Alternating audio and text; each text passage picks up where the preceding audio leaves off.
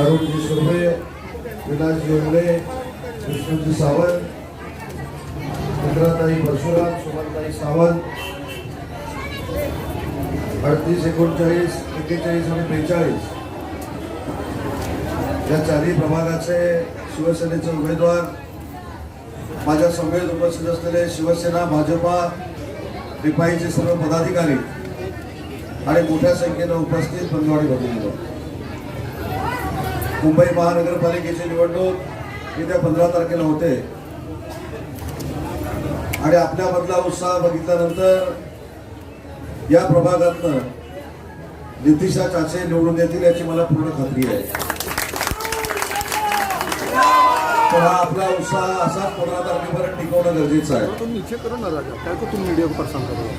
आपल्या या भागामध्ये माझ्याकडची कोकणी मंडळी देखील राहतात, महाराष्ट्रातल्या विविध जिल्ह्यातली मंडळी राहतात, उत्तर भारतीय देखील राहतात.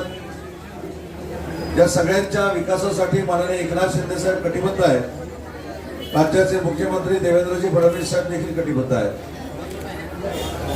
मुंबई महानगरपालिका ही काही लोकांची अस्तित्वाची लढाई आहे. काही लोकांना असं वाटतं की मुंबई महानगरपालिका ही सोन्याचं अंडी देणारी एक कोंबडी आहे आणि म्हणून गेले 4-5 दिवस आपण मुलाखती बघत असाल. या मुलाखतीतनं काही लोकांनी आम्हाला मुंबईमध्ये राहायची लाज वाटते अशा पद्धतीचं देखील सांगितलेलं आहे. तर मुंबईकरांनी हे लक्षात घेतलं पाहिजे की ज्यांना सावली मुंबईनं दिली, ज्यांना नाव मुंबईनं दिलं, सगळे अपराध मुंबईनं पोटात घातले, त्याच मुंबईमध्ये राहायची काही लोकांना जर लाज वाटत असेल तर अशा युबीटीच्या उमेदवारांना मुंबईच्याच नाही तर महाराष्ट्राच्या बाहेर आपण घालवलं पाहिजे. मुंबईमध्ये झालेली एकनाथ शिंदे साहेबांच्या नेतृत्वाखालची सगळी विकासाची कामं आपण बघितलेली आहेत.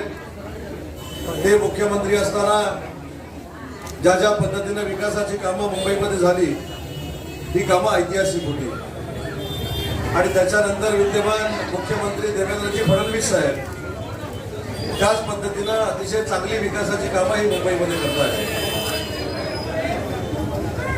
मुंबईमध्ये झालेला सागरी मार्ग असेल, आमच्या कोकणामध्ये जाताना आमचं अंतर 1.5 तासानं जे कमी झालं, तो अटल सेतू असेल, बंद पडलेली मेट्रो असेल आणि या जगातलं सगळ्यात चांगलं उद्यान जे मुंबईमध्ये होत आहे ते महालक्ष्मीचं उद्यान असेल, ही सगळी कामं जर कोणी केली असतील तर ती माननीय एकनाथ शिंदे साहेब आणि देवेंद्रजी फडणवीस साहेबांनी केलेली आहे.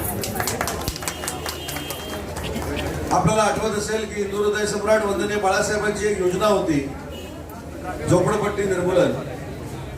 आज त्या SRAचे मंत्री माननीय एकनाथ शिंदे साहेब आहेत.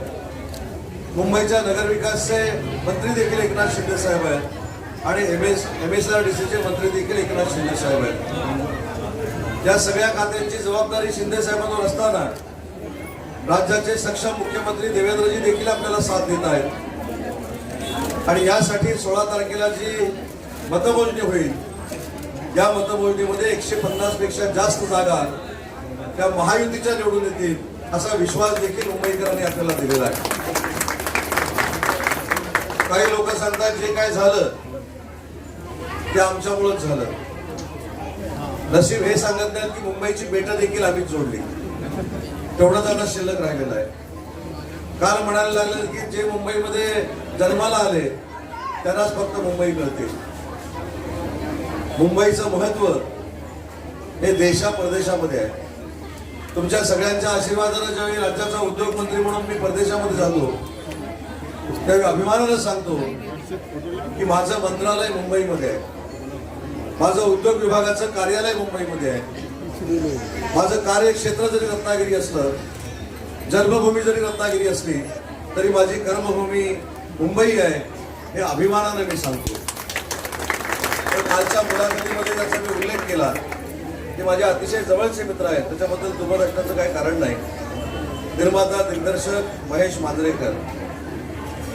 मांजरेकरांनी मुलाखत घेत असताना असं सांगितलं की ज्यावेळी मी घरातनं बाहेर पडतो त्यावेळी मला मुंबईमध्ये राहण्याची लाज वाटते.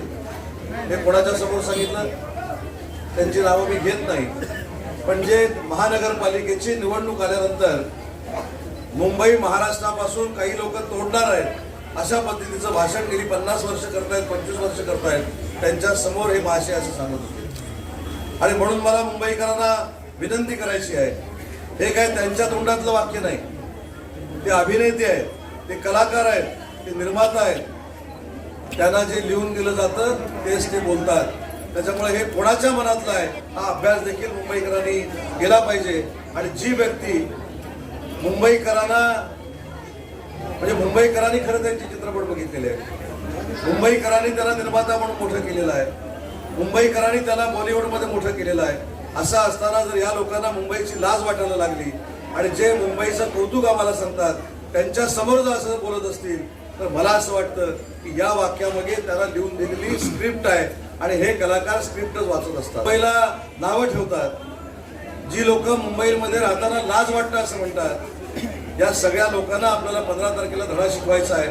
आणि धडा कसा शिकवायचा आहे तर येणारा प्रत्येक नागरिक, बंधू आणि भगिनी यांनी कमळासमोरचं आणि धनुष्यासमोरचं बटन दाबून या सगळ्या लोकांना खरी मुंबई काय आहे, मराठी माणसाची मुंबई काय, उत्तर भारतीयांची मुंबई काय, दक्षिण भारतीयांची मुंबई काय, महाराष्ट्रामध्ये जे बाकीच्या जिल्ह्यातनं लोक आलेली आहेत त्यांची मुंबई काय हे दाखवणं गरजेचं आहे. आणि म्हणून सुरुवातीला मी सांगितलं की तुमचा उत्साह बघितल्यानंतर मी आजच हा प्रचार संपल्यानंतर एकनाथ शिंदे साहेबांना तुमच्या सगळ्यांच्या वतीनं म्हणजे भाजप, शिवसेना, आरपीआयच्या सगळ्या पदाधिकाऱ्यांच्या वतीनं शब्द देणार आहे की प्रभाग क्रमांक 38 मधली आपली महायुतीची शिवसेनेची जागा फार मोठ्या प्रभाग क्रमांक 38च्या उमेदवार नितीशा चाचे यांना धनुष्यबाणासमोरचं बटन दाबून ऐतिहासिक विजय आपण प्राप्त करून द्यावा, समोरच्याचं डिपॉझिट घालवावं एवढीच विनंती करतो.